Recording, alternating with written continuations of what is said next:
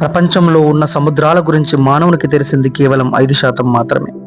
మిగతా 95% ఎవరికీ తెలియదు.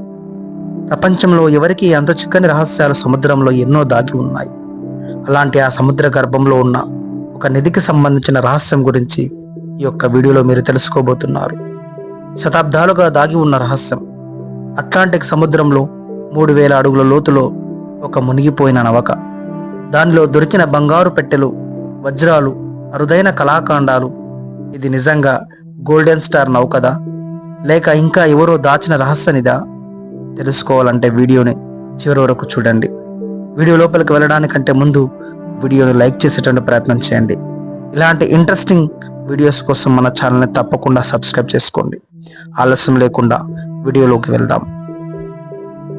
కొన్ని వందల సంవత్సరాల క్రితం బంగారు ఆభరణాలు, విలువైన వజ్ర వైడూర్యాలు, కళాఖండాలతో కూడుకున్నటువంటి పడవ అట్లాంటిక్ మహాసముద్రం గుండా బయలుదేరింది.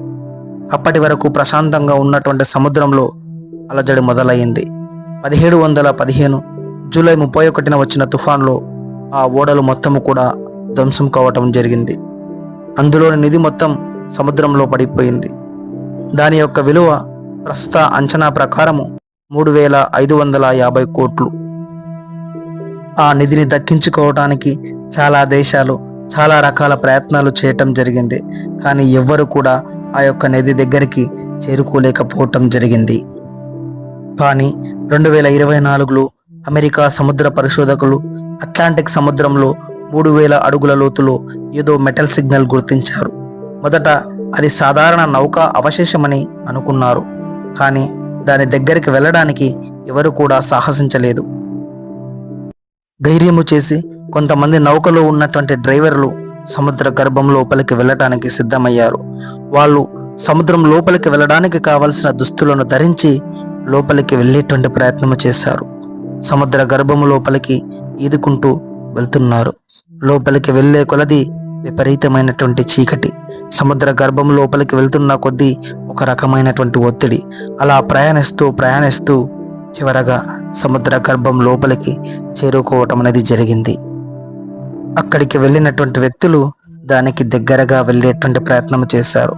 కానీ దగ్గరకు వెళ్ళగానే వారు చూసిన దృశ్యం వాళ్ళను షాకుకు గురి చేసింది. విపరీతమైనటువంటి బంగారు పెట్టెలు, పాత ఆంగ్ల నాణ్యాలు మరియు నౌక యొక్క బొమ్మపై చెక్కబడ్డ గోల్డెన్ స్టార్ అనేటువంటి పేరు.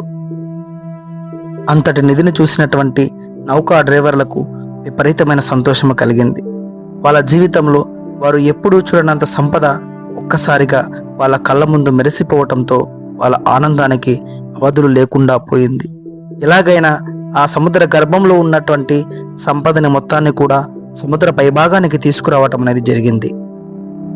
ఇందులో 1000 బంగారు, వెండి నాణ్యాలు ఉన్నాయి. అంతేకాకుండా ఎంతో విలువైనటువంటి కళాఖండాలు, వజ్ర వైడూర్యాలు వాళ్లకు దొరకటం అనేది జరిగింది. ఇవి అప్పటి స్పానిష్ పాలనలో ఉన్న బొలీవియా, మెక్సికో, పెరు దేశాలకు చెందిన ముద్రలతో ఉన్నాయి. ఇవి ఇప్పటికీ కూడా స్పష్టంగా కనిపిస్తుండటము విశేషము. ఫ్లోరిడాలోని టర్కోయిజ్ జలాల అడుగు భాగాన ఉన్న ఆ ప్రదేశాన్నే ట్రైజర్ కోస్ట్ అని పిలుస్తారు.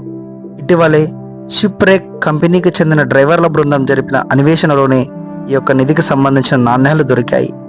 ఈ బృందంలో లెవిన్ షేవర్స్ అనే డ్రైవర్ ఈ యొక్క నాణ్యాలను కనుగొనటం అనేది జరిగింది.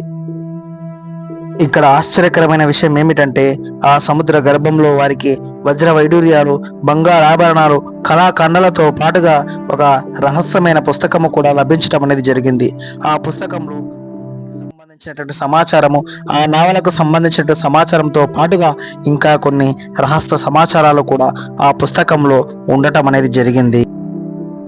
ఇది కేవలం నిధి మాత్రమే కాదు, ఒక మరిచిపోయిన సముద్ర యుద్ధం యొక్క సాక్ష్యము కూడా కావచ్చు.